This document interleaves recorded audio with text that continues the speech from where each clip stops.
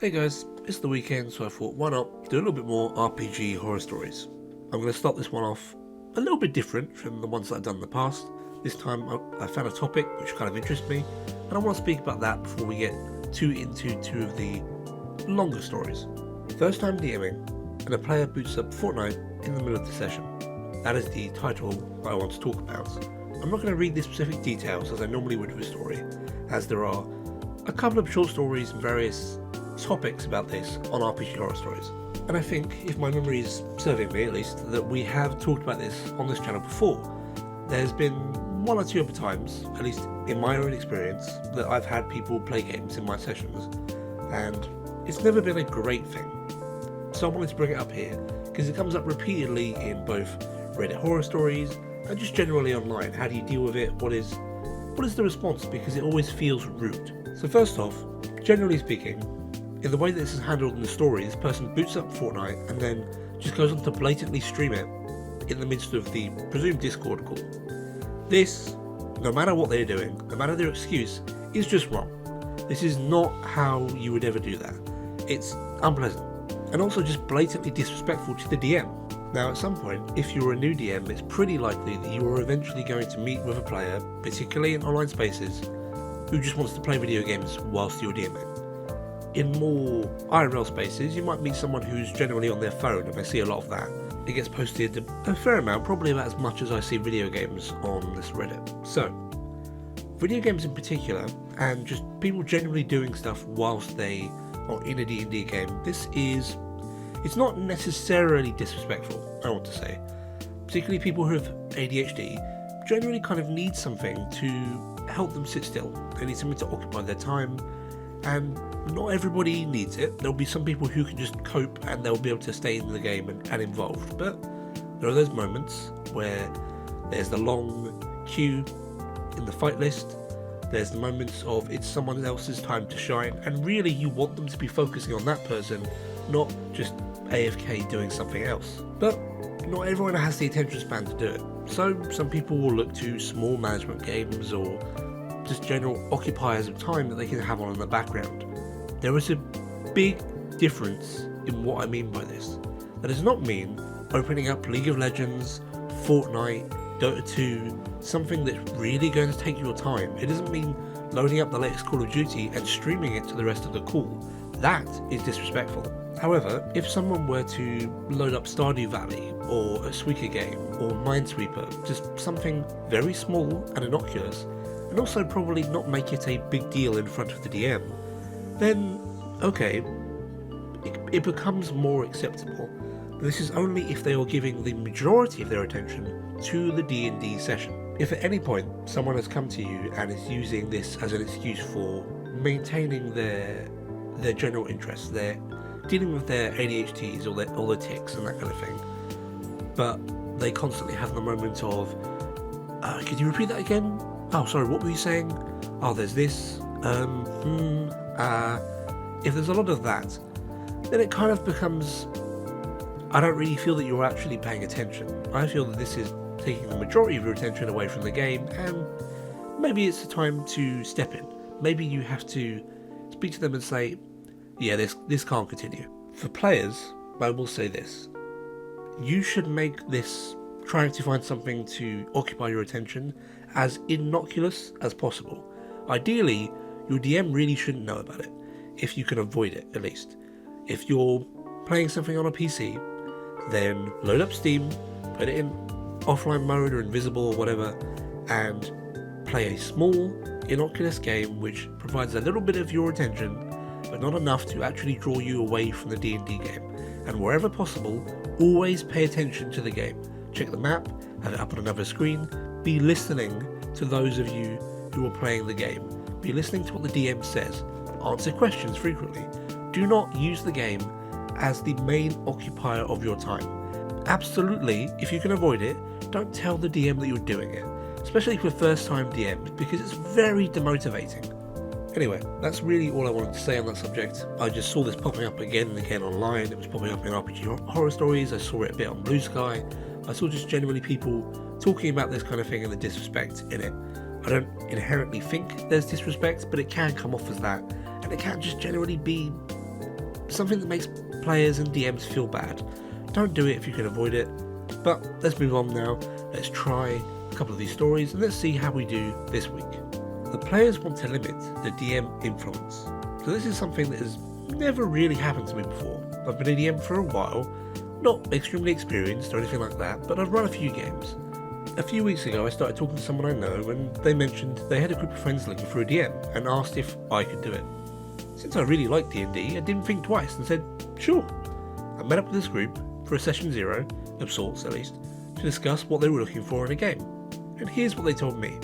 They wanted someone to run Curse of Strahd for them, which is fine, it's one of my favourite modules, but that's where problems came up. I told them I'd be happy to, as COS actually has a lot of variables and ways to make things interesting. That was when a player stopped me mid-sentence and said, before you start, I want to make sure you're running it for us without change. I want you not to influence the module at all. Don't even change a comma. I hate when DMs think they know better than the folks at D&D. Okay, this is DMs do need to do some stuff to modules, I'm gonna say. They're not perfect. There are always going to be moments where players take things off the railroad. If you're not strictly keeping to what Wizards of the Coast expect and you kind of have some moments of ingenuity, or you succeed in places where they kind of expect you to fail, then the DMs need to be able to change things. They need to be able to add stuff in. At least from what I've heard regarding Curse of Strahd, there is an issue of players scaling way faster than the campaign expects you to. If the DM just lets that happen, then you're going to be punching Strahd's face in just with ease. So trying to completely get rid of DM influence? I don't know about that. That was strange to say the least, but I understand wanting to run something as it was intended. And I said I would definitely follow the module. However, the player continued, no, you shouldn't even use dialogue that isn't in the module, okay? That's how D&D is meant to be played. Also, you need to roll dice out in the open for us to see. Things felt really strange to me. I know I'm not experienced or anything, but this didn't feel normal, so I asked them plainly what they were expecting of me. And this one player, who seemed to be speaking for the group, said, we hate when DMs abuse their powers to manipulate the world. That's why we only play modules, and make sure the DMs don't change a single thing from them. I imagine my expression didn't seem too good when he said that, because what followed were a bunch of complaints about DMs, and from me, it sounded way too close to player versus DM mentality. And it went on for a while, but there was no way that I was DMing for them. I'm barely experienced enough to deal with normal players, and to me, this definitely wasn't normal. Honestly, at that point, they were expecting me to be an AI simulator for their game with a voice, which is not at all what I was looking for, and I told them that. They weren't going to be a good fit. As expected, they didn't like my response, and started to angrily shout that I was wasting their time, and that I wasn't a true DM, etc. But that being said, I will just no longer be DMing for this group, or for anyone that has a friend of this group and introduces me to them. I'm just glad that it didn't go beyond a session 0. So as people are quite rightly pointing out in the comments, there are whole NPCs that don't have dialogue. There are moments in Wizards books where they will say, this NPC does this or this guideline is that, and the DM has to make things up for those characters. You do not get a written list of all the dialogue for each of the characters. There isn't some grand page that says every single thing that Strahd could ever say. I'm sure there are lines for him, there are things that he can say, there are ways that he can act. Certainly, particularly in third-party resources. But Wizards doesn't write like that, and generally D&D books aren't written like that. You're asking the DM to read from a play to give you canned responses. You're essentially acting like you want the DM to be playing a board game with you. Unfortunately, it sounds like they've had some strange experience, maybe, or they just fundamentally don't understand D&D. I would hope that this isn't all the group, and this is just mainly this one person who is speaking for the group, and maybe those other poor players have simply never had a good DM to really tell them this isn't how D&D is played, and I hope that others of them just try better DMing, because honestly they're missing out. Yes, modules are fun. Yes, playing some standard Wizards of the Coast games are fun. Adventurers League is there for a reason. Playing in the Faerun formula can be quite enjoyable, it's a fun little fantasy world. But you need the spice of good DMing to make it good. This is effectively like playing in the Critical Role world, playing in Exandria, and just playing to what the book says. But removing Matthew Mercer, the game isn't fun without him. The spice and interest of that world is built through the DM. You can't just remove DM influence from D&D. It is fundamentally baked into the core of what modern 5e is, even of what 2024 is. You need good players. You need good DMs. All I can say here is, good on this DM. Inexperienced they may say they are, but they saw this in session 0, they saw the red flag, and they moved on. This was not going to be a fun game. And yeah, there are some people who are saying that malicious compliance here could have been pretty fun in playing exactly to the book, but you know, it makes a good Reddit story, it makes a good YouTube video, but it wouldn't have been fun for you. So well done on moving on, OP. That was the right decision. And I hope that you found a much more fun game and a more fun group of friends and people to play with for just a more deserved D&D session. A player was sneaking into my notes and changing things to make himself come out looking better. This is messed up. Really, it's so messed up. I've been a DM for as long as I can remember, and I love playing TTRPGs. I've been friends with this group for, gods, who knows even how long. Decades at least.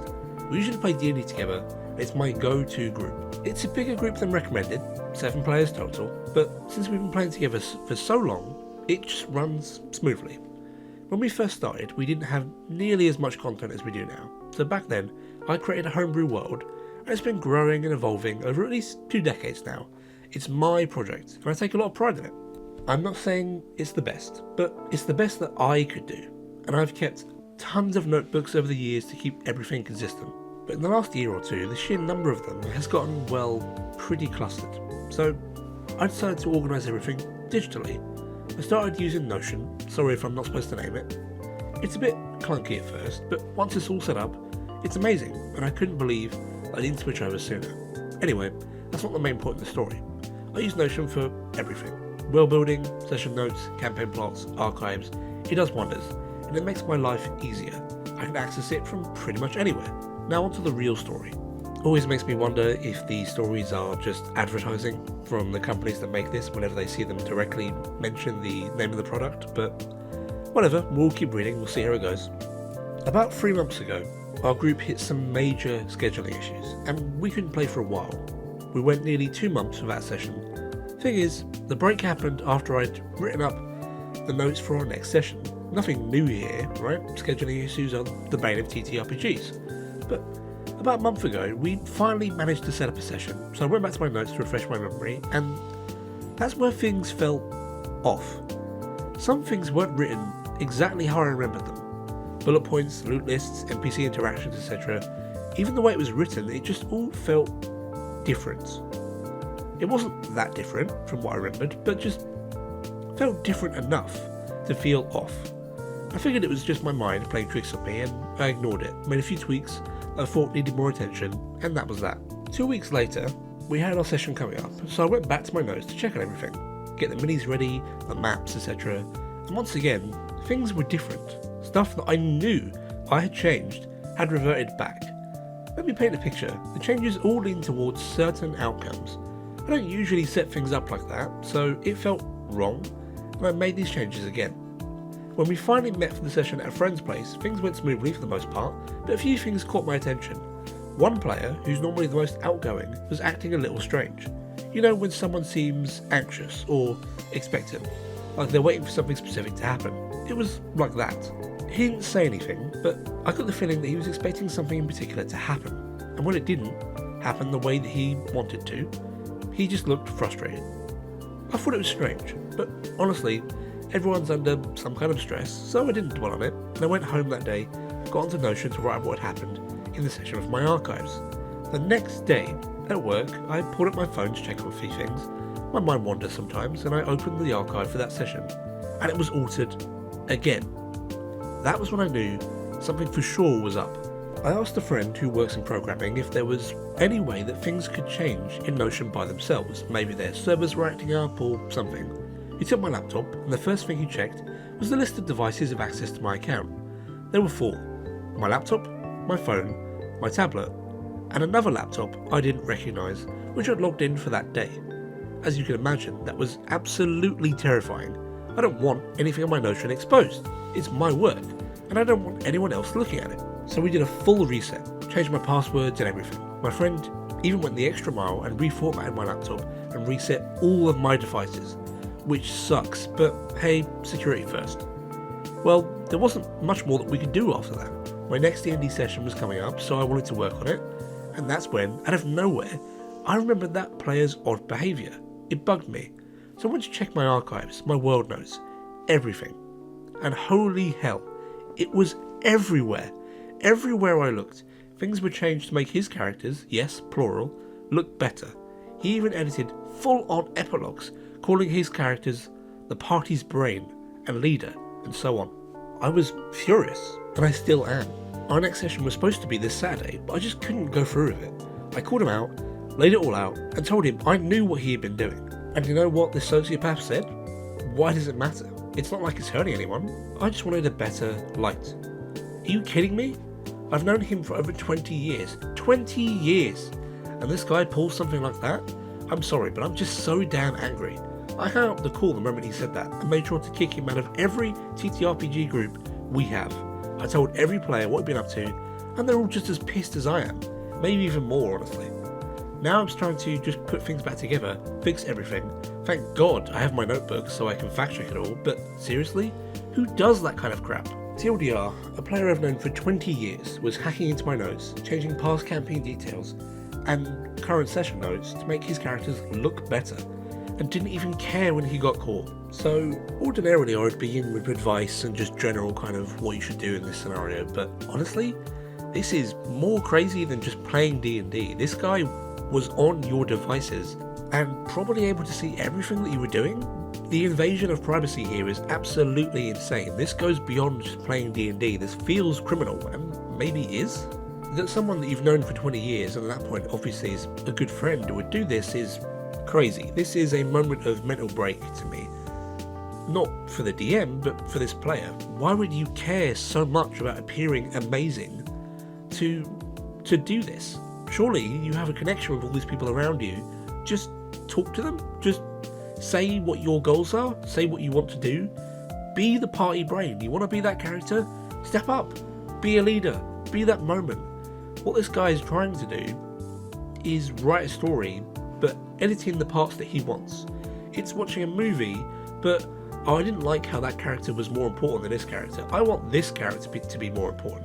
I'm going to make them the leader, the best character. This is someone essentially playing Boromir and changing Lord of the Rings so that Boromir becomes king and goodbye Aragorn and all that stuff. No, Boromir needs to be the most important. I've edited the script. It's crazy. First off, kicking them is absolutely the right thing to do. You can't really play with this person again. I don't know how you come back from that. There's a difference between flubbing dice or just generally cheating, forgetting a spell slot, that kind of thing. This is actively malicious. They went into your DM notes and just continually changed them to make themselves appear better. That is crazy.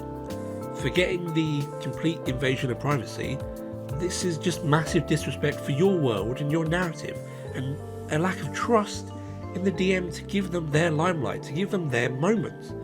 All that they've been doing is just effectively hogging the stage light and writing out when other people had their moments, so that you kind of, over time, read into this and have that almost brainwashing of how important they were. Their character was never this important, but they're making it so that in future, they will always appear to be, and you will naturally write them as so. You will write them the stories they want. And if you don't, well, don't worry, because they can just change your notes and make sure that you do.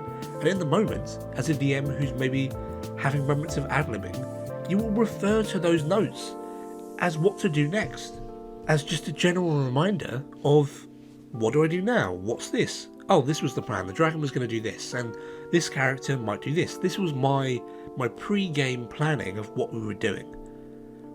When you're in the moment, when you're speaking in character, when you're planning the next part of the story, you're building the next part of the battle map, you need these notes. It is a massive desecration of respect on the DM to do this kind of thing. It's just unfortunate that someone would risk a 20-year friendship of this sort to do that. It's frankly incredibly shocking, but people go crazy for D&D. That's why RPG Horror Stories exists.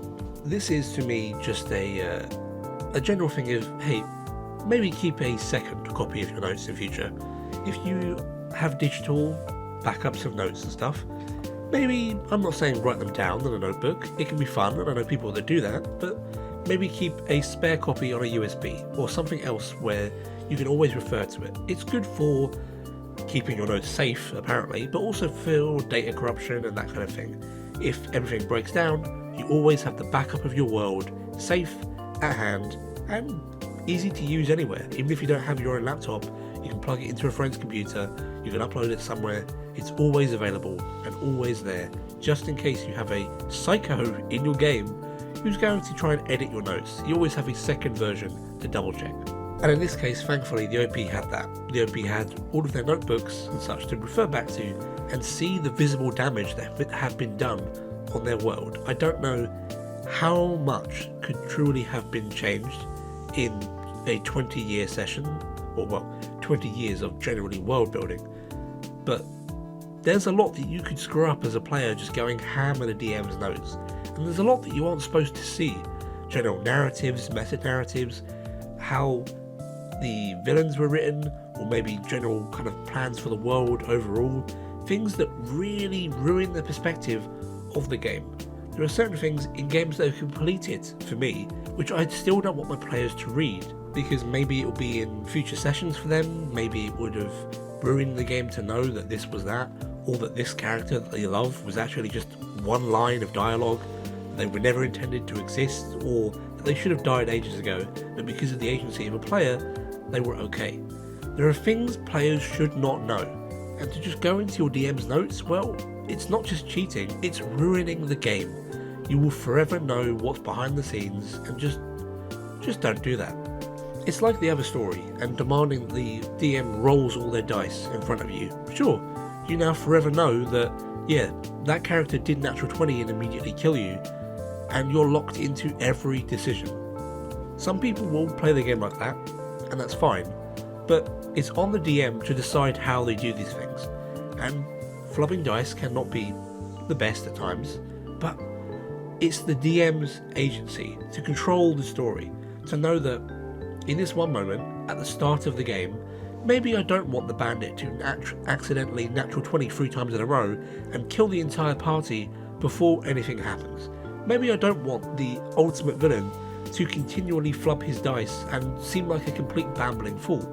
Now, you can play to those moments, and they can be good when they happen, but every time, well, who knows. But this has been an interesting pairing. It's 2 stories about the DM's influence, really, and I think showing the importance of DMing and good DMing, but also respecting your DMs. Show DMs some respect. They put a lot of work into campaigns, and just trying to remove all of their notes, trying to edit their notes, trying to just make it so that they must keep to Wizards of the Coast's module. You're not having a game run by Wizards of the Coast, come on. But that's been RPG Horror Stories. I hope you enjoyed this. I hope you found my little speech at the beginning interesting, and if you got this far, thank you so much for watching. If you want to show me some support, there's my Patreon down below. You can like the video, you can subscribe, you can even throw a comment down below and let me know what you thought about these stories. I'd be really interested to see other people's opinions on them. That's all for this weekend though, and I will see you again later in the week with the final part of my Villains Trio saga, and we'll see what we're going to do next in terms of D&D advice. I've got a couple of ideas, so stay tuned, and I will see you in the next video. Bye for now.